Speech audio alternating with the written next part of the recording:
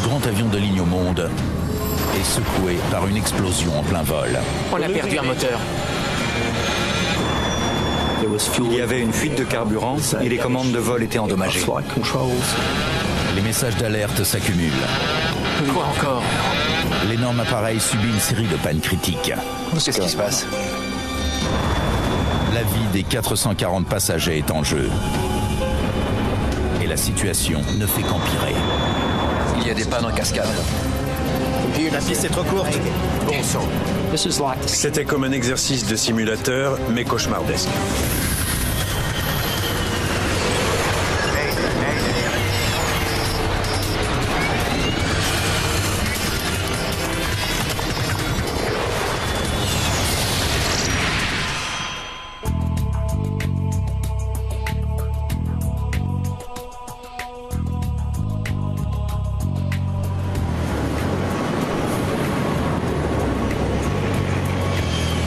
Le vol Qantas 32 se ravitaille en carburant lors d'une escale à Singapour. L'A380 de la compagnie australienne est à mi-chemin d'un vol marathon de 22 heures pour relier Londres à Sydney. Après 2 heures d'escale, l'équipage est presque prêt à redécoller. Très peu de pilotes sont formés sur l'A380. C'est une élite dont fait partie Richard de Crespigny, ancien pilote de chasse. Tout le monde est prêt? L'A380 est à la pointe de l'innovation, de l'automatisation et de l'excellence. C'est le plus gros appareil du monde et aussi le plus complexe.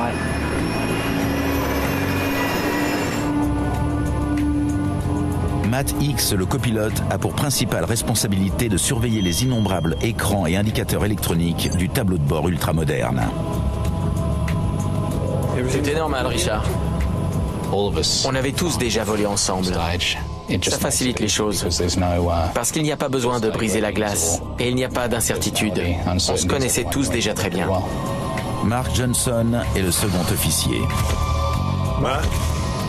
Ça va? C'est tout bon. Les 3 pilotes vont se relayer aux commandes durant les 7 heures de vol restantes. L'A380 est un très gros porteur. C'est le premier appareil jamais construit avec un double pont sur toute sa longueur. Ce géant écrase de sa taille les autres avions de ligne et il peut accueillir jusqu'à 525 passagers. Je n'avais pas réalisé à quel point l'A380 est énorme avant de monter à bord. Dans la cabine, tout paraît plus grand. Il y a plus de rangées de sièges, un étage. Durant le vol, le commandant de Crespigny subira une évaluation, une procédure annuelle obligatoire pour tous les pilotes de Qantas. Les 2 inspecteurs, Harry Waban et Dave Evans, sont des vétérans de l'aviation civile. L'évaluation rend certaines personnes nerveuses. Donc on essaie de faire en sorte que ce soit le plus facile possible.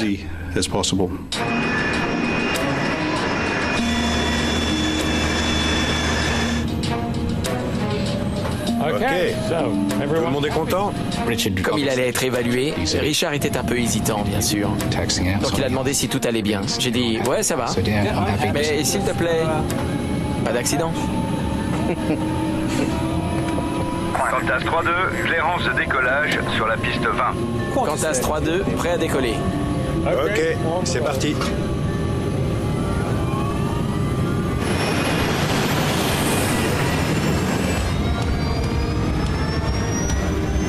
Poussée 82. Ce n'est pas parce qu'un appareil est plus automatisé qu'il est plus facile à piloter. C'est juste différent. L'A380 dispose de 4 énormes moteurs Rolls-Royce fournissant chacun plus de 32 000 kg de poussée. Des moteurs fantastiques, très fiables. V1, ok. Le vol Qantas 32 décolle à 9h57, heure locale, exactement comme prévu. Les passagers bénéficient d'une vue fantastique de la manœuvre, grâce à la caméra installée sur la queue de l'appareil.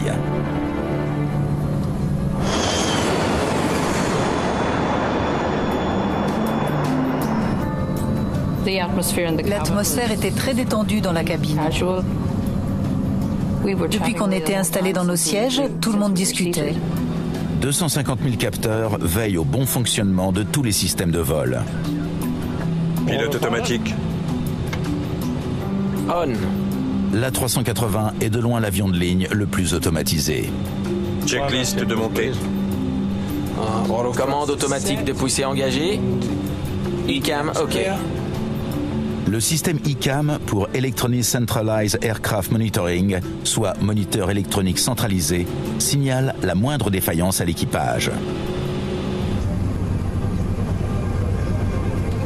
Il est 10h01, à peine 4 minutes après le décollage.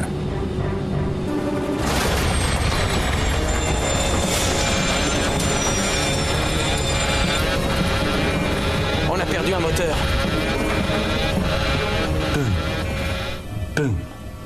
Comme une voiture qui pétarade. On a entendu le bruit d'une énorme explosion. Tout le monde s'est regardé. On se demandait ce que c'était.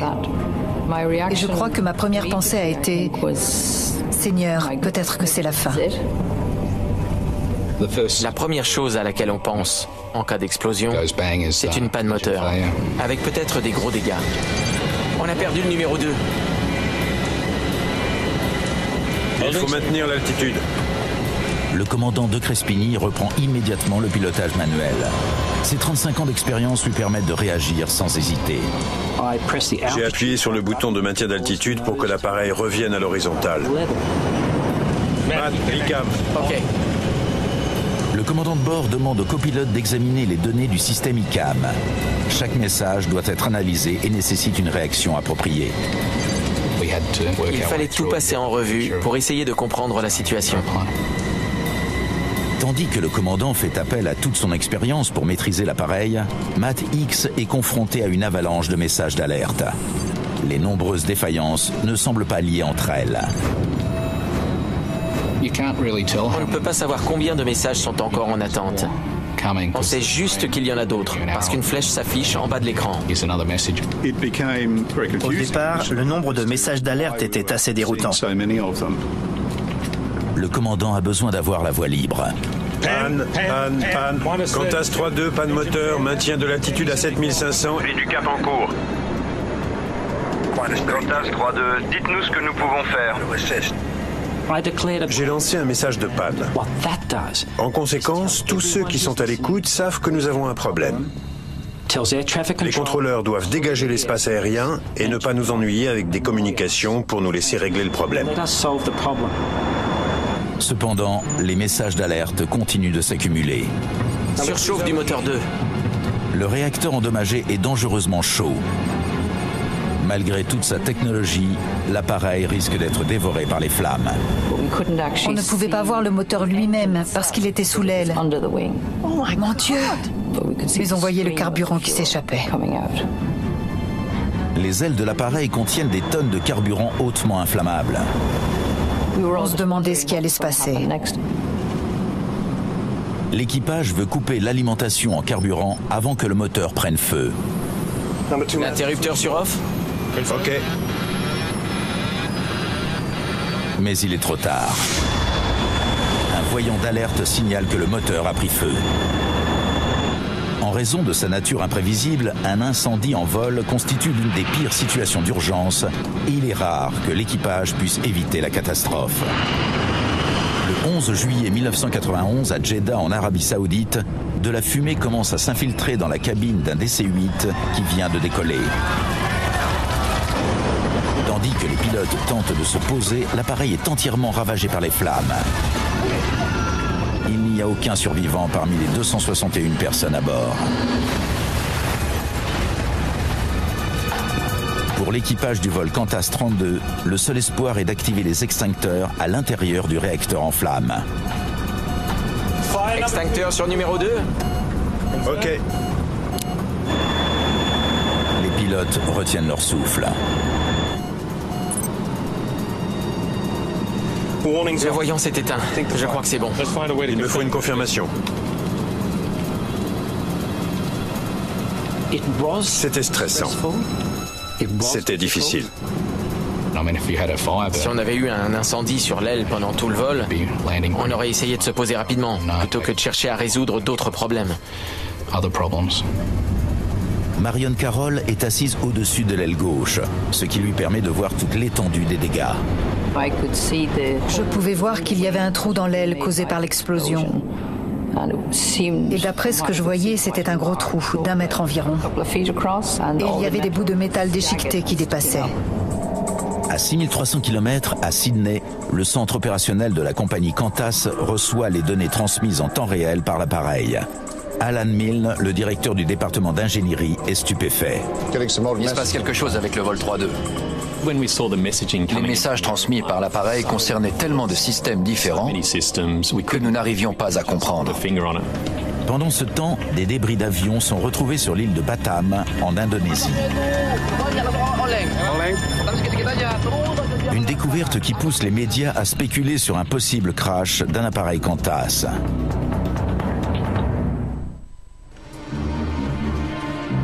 Kevin Chapman est un enquêteur du ATSB, le Conseil australien de la sécurité des transports. Alerté par les rumeurs de crash, il comprend tout de suite que la situation est grave. L'ATSB a une cellule de veille médiatique et nous avons tout de suite su qu'il s'était passé quelque chose. Au départ, il était question d'un crash au large de l'Indonésie. Bon sang. Un A380 de Qantas s'est écrasé. Donc nous étions inquiets. Il est déjà arrivé que l'explosion d'un réacteur mène à la catastrophe. Le 19 juillet 1989, un DC-10 de United Airlines vole à destination de Chicago lorsque soudain le moteur monté sur l'empennage explose. Les débris endommagent les circuits hydrauliques des commandes, rendant l'appareil presque impossible à maîtriser. L'atterrissage en catastrophe à Sioux City dans l'Iowa fait 111 victimes sur les 296 personnes à bord.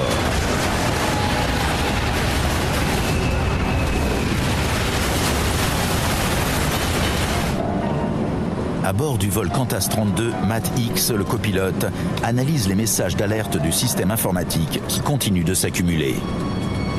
L'équipage doit gérer chaque panne l'une après l'autre. Ok, j'ai réglé les 2 premiers problèmes. C'est quoi encore? Circuit hydraulique. C'était comme ces machines à servir dans les restaurants. Dès qu'on prend une assiette, il y en a une autre qui arrive, et une autre, et une autre, et une autre.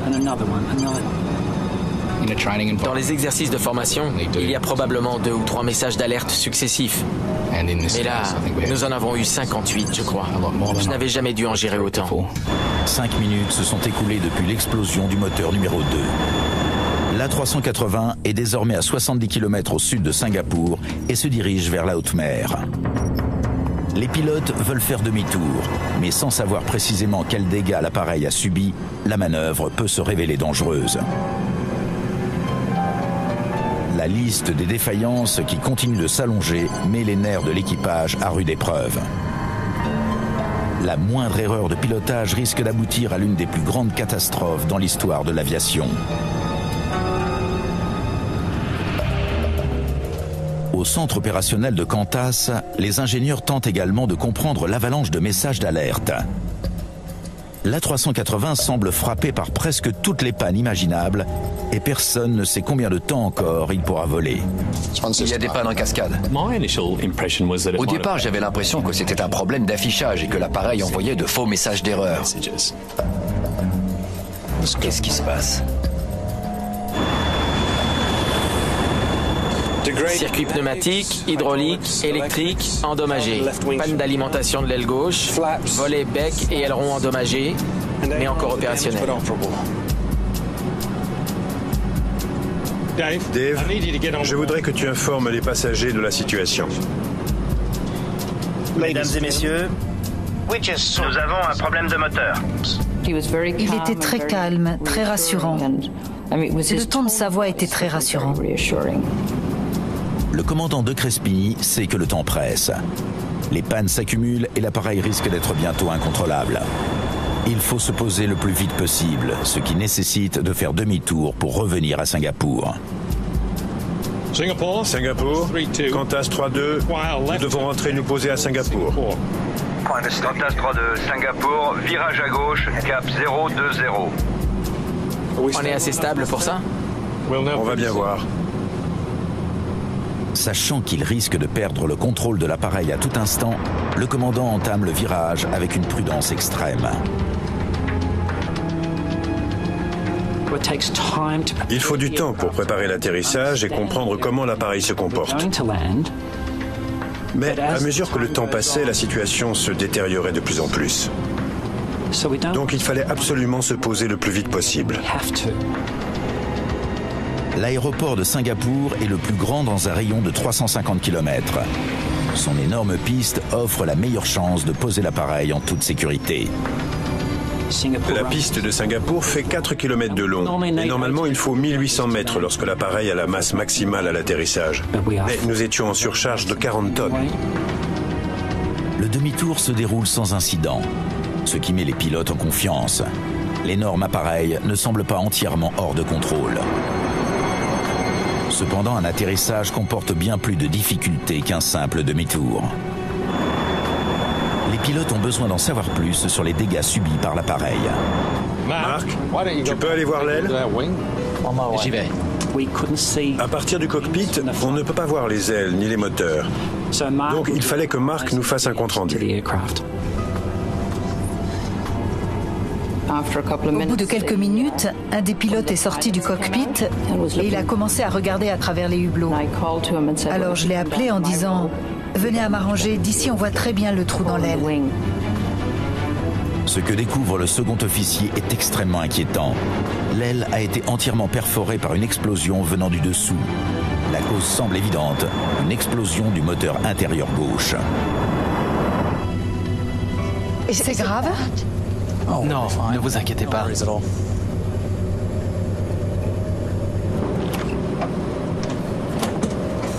Alors?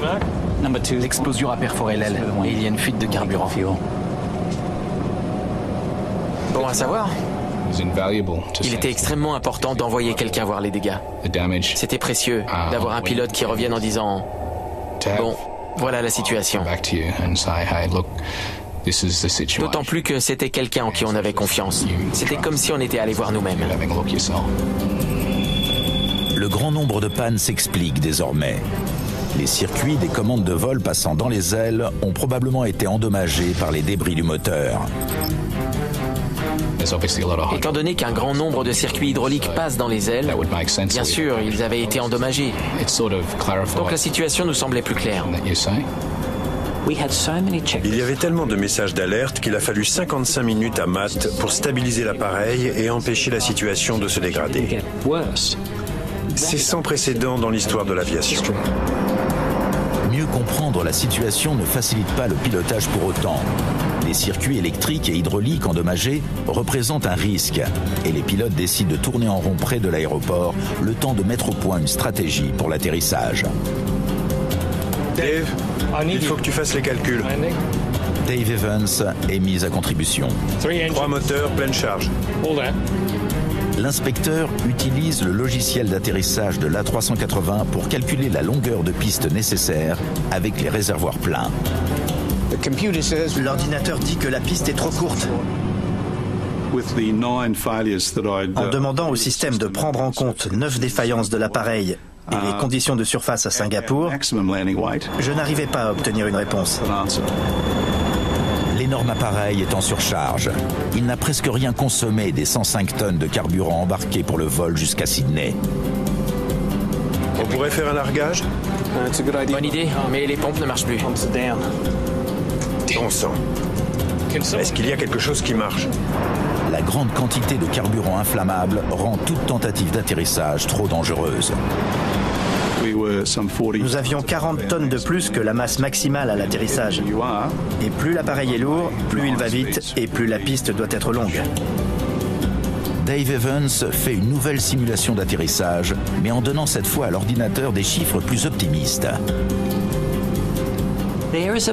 Dans l'industrie aéronautique, beaucoup de gens pensent que les ordinateurs sont infaillibles.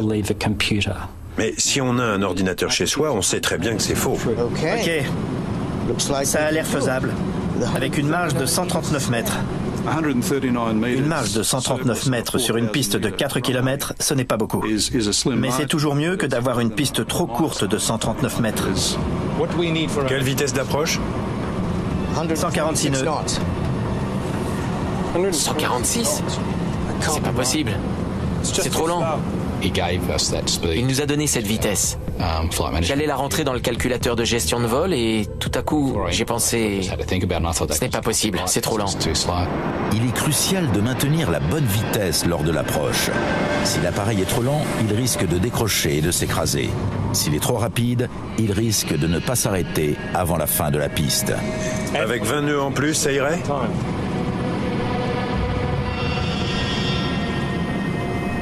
Bien vu, Matt.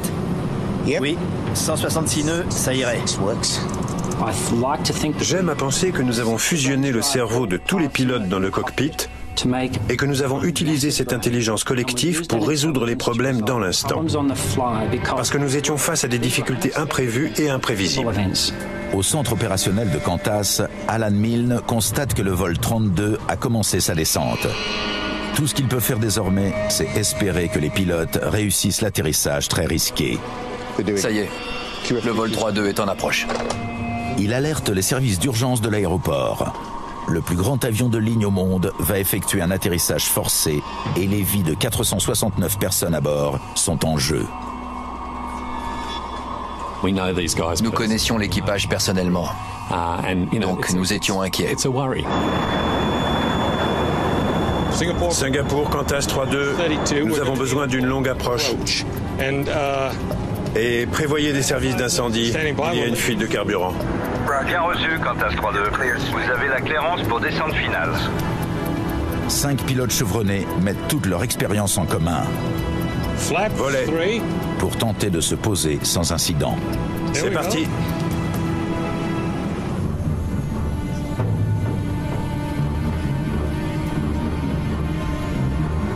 Le commandant ignore encore si l'appareil a la précision nécessaire pour un atterrissage. 4500 pieds. Il décide de vérifier avant qu'il ne soit trop tard. Vérification des commandes de vol. Lorsque les capacités aérodynamiques de l'appareil sont inconnues, il faut faire un test avant de se poser. C'est ce qu'on appelle la vérification des commandes de vol. Ok. Voyons ce qu'on peut faire. Le commandant incline légèrement l'appareil vers la gauche, comme s'il s'alignait sur la piste. Nous avions perdu 65% du contrôle en roue libre. Donc je savais que nous devions certifier l'appareil nous-mêmes avant d'essayer de nous poser. Ok. Lorsqu'il tente d'incliner l'appareil à droite, le commandant se heurte rapidement aux limites des commandes endommagées et il ne peut effectuer la manœuvre qu'avec de grandes difficultés. Compte tenu de la réaction des commandes de vol restantes, nous savions que notre marge de manœuvre allait être très restreinte pour l'atterrissage. Lorsque nous avons fait la vérification des commandes de vol, j'ai trouvé que c'était plutôt mou. Et Richard aussi, je crois. Les pilotes savent qu'ils n'auront qu'une seule chance pour s'aligner sur la piste sans correction de dernière minute. De plus, un autre problème se pose, potentiellement catastrophique. Panne du train d'atterrissage. Le système qui descend le train d'atterrissage automatiquement est endommagé et les pilotes ne peuvent qu'ouvrir la trappe en espérant que l'effet de la gravité suffise. Trappe ouverte. Ok. Si le train d'atterrissage ne se verrouille pas en position, la catastrophe guette. Il faut suffisamment de roues pour soutenir l'appareil et des freins pour s'arrêter. Le train d'atterrissage met 2 minutes entières à descendre sous l'effet de son propre poids. Full green. Train d'atterrissage en position. Le bruit de l'air change quand le train d'atterrissage sort. C'est toujours rassurant à entendre. On dit toujours que le décollage et l'atterrissage sont les moments critiques. Donc on était conscient du fait qu'on allait entrer dans une phase où il y avait plus de danger au moment de se poser. Le vol Qantas 32 devrait toucher terre dans 2 minutes. Attention à la vitesse. Un peu plus doucement. Le commandant baisse les gaz pour voler le plus lentement possible et pouvoir s'arrêter plus facilement. Vitesse basse. Un peu plus vite. Vitesse basse. L'appareil a frôlé le décrochage. S'il ralentit encore, la portance deviendra insuffisante et il tombera comme une pierre. Inversement, s'il va trop vite, il risque de ne pas pouvoir s'arrêter au bout de la piste. Le pilote doit faire preuve de doigté. Voilà, vitesse stable. Trop vite, on sort de la piste. Trop lentement, c'est l'alerte de décrochage. Malgré les commandes de vol endommagées, il faut aussi aligner l'appareil sur la piste. Comment est le vent de surface? 170 degrés à 5 nœuds. Les pilotes n'ont pas le droit à l'erreur. L'appareil endommagé ne pourra pas faire demi-tour pour une nouvelle tentative. Tout le monde est prêt? Finalement, on a dit... Bon, personne n'a rien à ajouter? Ok, alors on y va.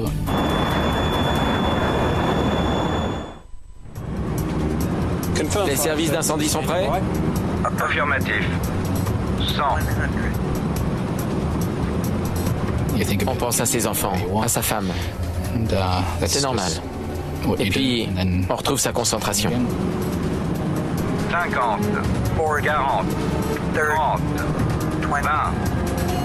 À quelques mètres du sol, l'alerte de décrochage se déclenche à nouveau. Là, je commence à me poser des questions. Est-ce que les performances sont correctes? On ne dirait pas. En tant que passager, on ne savait pas qu'il y avait autant de problèmes. Vitesse basse.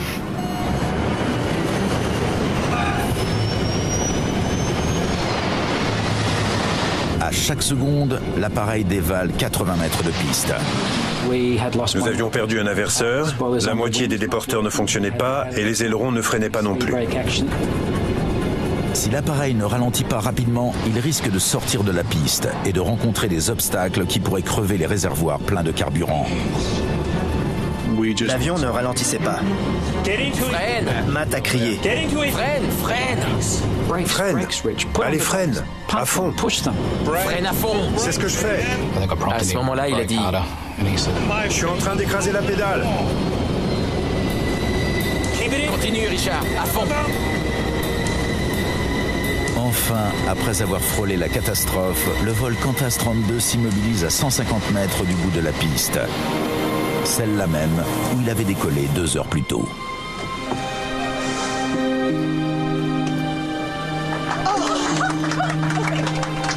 Merci mon Dieu.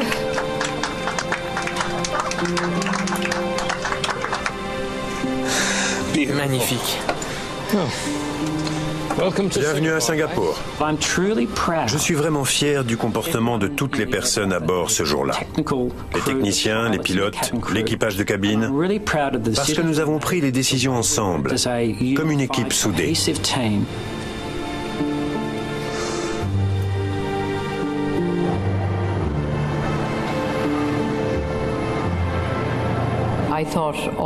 À ce moment-là, je me suis dit que le danger était passé. Et je suis sûre que les autres passagers ont pensé comme moi. On avait atterri sans incident. Les problèmes semblaient derrière nous. Néanmoins, le carburant continue de s'échapper, juste à côté des disques de frein surchauffés. Il y avait de la fumée qui sortait du train gauche et du carburant qui fuyait tout autour. Les passagers voyaient le carburant qui sortait de l'aile. Et des alarmes se sont déclenchées dans le cockpit. La situation était presque aussi grave que pendant le vol après l'explosion du moteur. L'appareil qui a frôlé la catastrophe en plein ciel risque d'être la proie des flammes sur la terre ferme. À ce moment-là, je n'arrêtais pas de regarder ma montre. Intérieurement, j'étais très tendue. Parce que je ne comprenais pas pourquoi on ne nous laissait pas descendre de l'avion. Ici le commandant. Il faut que les passagers restent assis pour l'instant. Pourquoi c'est si long? À ce moment de grande tension, il était important d'envoyer de la mousse sur la piste pour réduire le plus possible le risque d'incendie. Tandis que les pompiers répandent une mousse retardatrice de combustion, le commandant doit faire un choix difficile, garder les passagers à bord ou évacuer l'énorme appareil. La seule chose que je peux dire à ce sujet, c'est quand il y a des gens chez vous, ils sont plus en sécurité dans votre maison ou ailleurs. Le vol British Air Tour 28 de 1985 est un terrible exemple des risques de la même situation. Le décollage du Boeing 737 est annulé suite à la surchauffe d'un réacteur qui prend feu.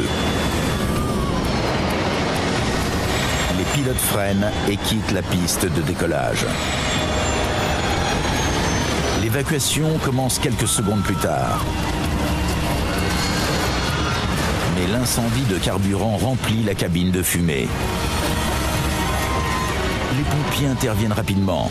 Néanmoins, pour beaucoup de passagers et membres d'équipage asphyxiés par les fumées toxiques, il est déjà trop tard. Il n'y a que 82 survivants sur les 137 personnes à bord.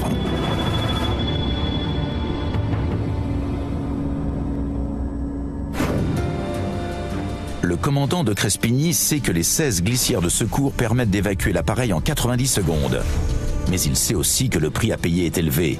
5 à 10% des passagers seraient gravement blessés. Quand l'évacuation commence, on ne peut plus l'arrêter.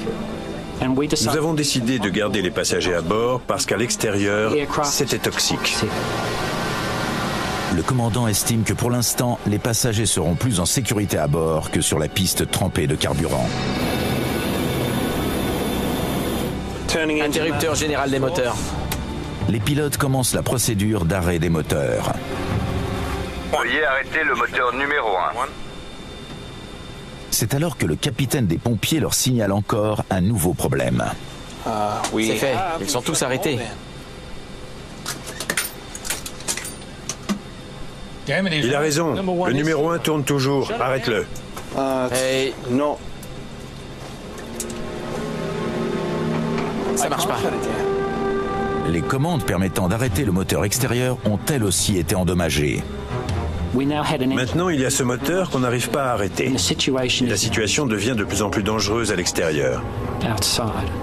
C'est complètement improbable. En fait, c'était comme un exercice de simulateur, mais cauchemardesque. Les pompiers ne peuvent intervenir tant que l'un des plus gros réacteurs au monde continue de tourner à quelques mètres. Alan Milne, le directeur du département d'ingénierie de Qantas à Sydney, est alors consulté. Envoyez de l'eau.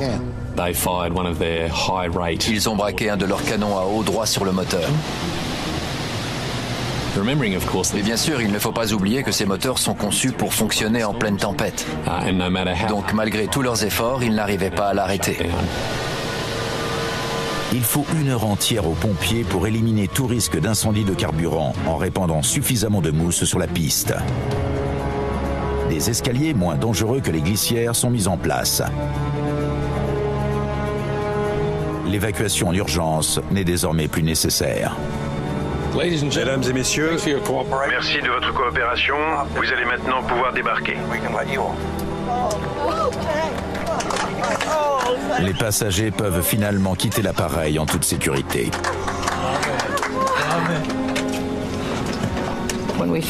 Enfin, on a pu sortir de l'avion, à notre grand soulagement. Et j'ai remarqué que j'avais les jambes qui tremblaient. Je me suis dit, tiens, pourquoi je tremble comme ça? J'étais probablement plus nerveuse que je ne le pensais. Tous les passagers quittent l'appareil sans incident. Mais le moteur numéro 1 refuse toujours de s'arrêter. Oui. Qu'est-ce qu'on peut essayer à part le canon à eau? Essayez avec de la mousse anti-incendie. Nous n'avions plus le choix. Il fallait essayer avec de la mousse. De la mousse anti-incendie. Ils ont envoyé cette mousse à l'avant du réacteur et cette fois, il s'est arrêté. 3 heures après l'atterrissage forcé, les pilotes ont enfin le feu vert de la tour de contrôle. Qantas 3-2, j'ai le plaisir d'annoncer que le moteur s'est enfin arrêté. Merci Singapour. À tout à l'heure.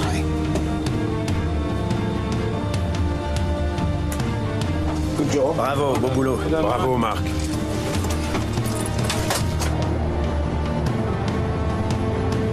Quelques minutes plus tard, les pilotes peuvent voir les dégâts pour la première fois.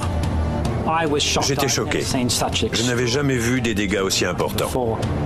Alan Joyce, le PDG de Qantas, fait une déclaration fracassante. Tous nos A380 seront suspendus jusqu'à ce que les exigences de Qantas en matière de sécurité soient remplies. Notre PDG en personne nous a demandé « Est-ce que vous pouvez m'assurer que cet incident ne va pas se reproduire ?» Et nous ne pouvions pas lui dire oui. L'avenir de toute la flotte d'A380 de Qantas dépend désormais du verdict des enquêteurs sur un seul moteur. Très peu de fabricants sont capables de produire ces gros réacteurs double flux et Rolls-Royce est la référence. Quel désastre! J'ai jamais vu ça. Simon Grumet, ingénieur en matériaux, participe à l'enquête. Partout, il y avait des débris et des trous. Les dégâts étaient vraiment importants. C'était notre première constatation et dès ce moment-là, nous avons su que cette enquête allait être très importante, en particulier pour la TSB. L'importance des dégâts augmente la pression sur les enquêteurs. Un incendie moteur qui n'est pas contenu, c'est un événement assez rare, même pour un enquêteur spécialisé. Donc nous savions que cette affaire devait être prise très au sérieux. Parmi les débris retrouvés au sol, il y a notamment un disque de turbine en plusieurs morceaux.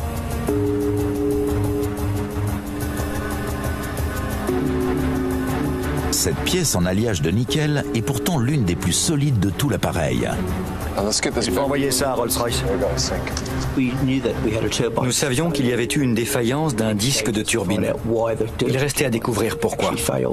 Le disque de 160 kg compte parmi les éléments essentiels du moteur. En tournant pour envoyer l'air dans la chambre de combustion, ces énormes aubes soufflantes peuvent atteindre la vitesse du son. Au laboratoire de Rolls-Royce, les ingénieurs remarquent une anomalie en comparant le disque à son dossier de fabrication. Le disque est anormalement grand, ce qui signifie qu'il a dû tourner à une vitesse presque inconcevable. Tellement rapidement qu'il a commencé à s'élargir. Le disque s'élargit de plus en plus jusqu'à ce que la limite de résistance du matériau soit atteinte. Là, généralement, il vole en éclats.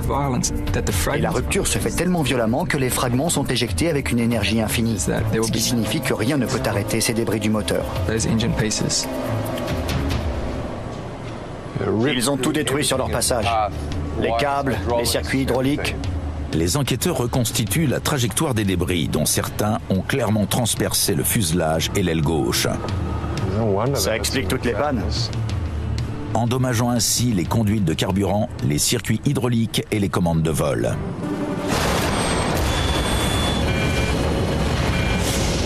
Les enquêteurs savent désormais pourquoi les messages d'alerte se sont accumulés après l'explosion du moteur. Néanmoins, il reste à savoir pourquoi le disque de turbine tournait aussi vite en premier lieu. Les enquêteurs commencent à démonter le réacteur, à la recherche d'une explication à cette défaillance catastrophique. Le disque s'était brisé parce qu'il tournait trop vite.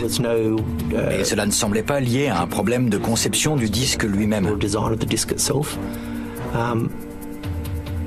Nous avons donc reporté notre attention vers le moteur. Un indice important est découvert. Huile brûlée. Dans un moteur Rolls-Royce ? L'intérieur du moteur est noirci par les flammes et couvert de suie et d'huile. Simon Grumet en déduit qu'une fuite d'huile a dû causer l'incendie. Il continue d'examiner le moteur pour trouver l'origine de la fuite. Kevin, à ce moment-là, l'enquêteur en chef est entré dans le hangar. Donc je l'ai appelé et j'ai dit « Kevin, je crois que j'ai trouvé. »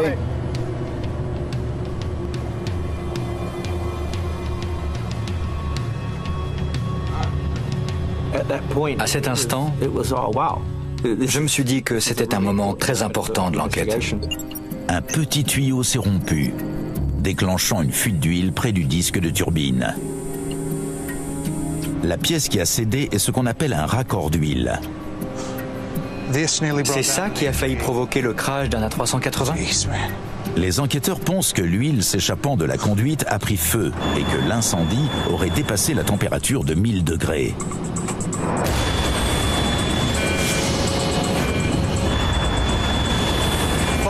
Réacteur sur numéro 2. Les flammes ont endommagé l'arbre d'entraînement, causant une accélération croissante du disque de turbine jusqu'à sa rupture. L'équipage n'aurait rien pu faire pour l'éviter. Quand un incendie se produit dans une turbine à gaz, c'est presque impossible de l'éteindre. La seule solution, c'est de couper physiquement le moteur. Dans ce cas précis, l'incendie d'huile a pris et a accéléré tellement rapidement que l'équipage n'a eu aucune possibilité de couper le moteur avant qu'il explose. Les enquêteurs ont identifié le principal suspect. Mais comment expliquer la rupture d'un simple tuyau produit par l'un des fabricants de moteurs les plus réputés au monde? Une défaillance qui a failli provoquer la perte d'un appareil à 400 millions de dollars. Lorsque les enquêteurs envoient les débris du tuyau à Rolls-Royce, la cause de la rupture est rapidement identifiée.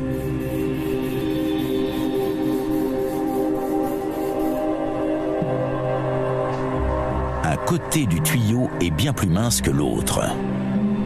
C'est ce défaut qui a provoqué la fuite d'huile et donc l'incendie qui a failli mener à la catastrophe. Ce n'est pas étonnant que le tuyau ait cédé. Il faisait 0 mm 35 d'épaisseur. Quelques feuilles de papier. En étudiant le rapport de Rolls-Royce, les enquêteurs apprennent pourquoi le tuyau était dangereusement fin d'un côté. C'était tout simplement une erreur de fabrication. En fait, nous étions assez surpris de constater qu'un fabricant aussi expérimenté que Rolls-Royce se trouve dans cette situation. Le Conseil australien de la sécurité des transports prend immédiatement des mesures pour avertir l'ensemble des compagnies aériennes. 29 jours seulement après l'accident, un rapport annonce que l'incendie à bord du vol Qantas 32 a été provoqué par un raccord d'huile défectueux. Il est recommandé à toutes les compagnies aériennes d'inspecter leur A380. La question c'était, quelles mesures allez-vous prendre? Martin Dolan, le directeur de l'ATSB, reçoit rapidement la réponse de Rolls-Royce. Si ce problème est détecté sur d'autres moteurs, ceux-ci sont retirés du service. À travers le monde, 20 A380 volent avec les mêmes réacteurs Rolls-Royce. 34 moteurs présentent des conduites d'huile défectueuses. Cette enquête a abouti au retrait du service de tous les moteurs avec des conduites d'huile non conformes. Et Rolls-Royce a modifié en profondeur son système de contrôle qualité. Un logiciel a également été mis en œuvre pour évacuer l'huile du moteur, au cas où ce type d'événement venait à se reproduire. La conclusion des enquêteurs est que l'accident a pu être évité grâce à un équipage bien formé qui a réagi rapidement et efficacement, malgré la défaillance d'une technologie ultra sophistiquée.